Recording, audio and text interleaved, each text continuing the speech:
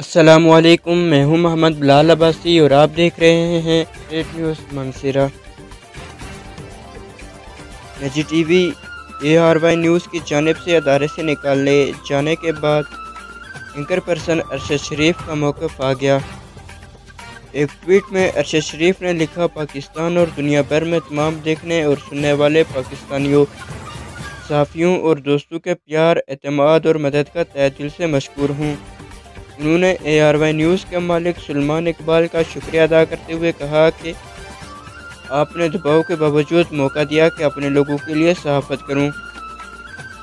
उन्होंने ARY के नायब सदर उम्माद यूसुफ के लिए नेक ख्वाहिशात का इज़हार करते हुए दुआ की कि अल्लाह उनकी और उनके तमाम दोस्तों की मुश्किलात में आसानी करे।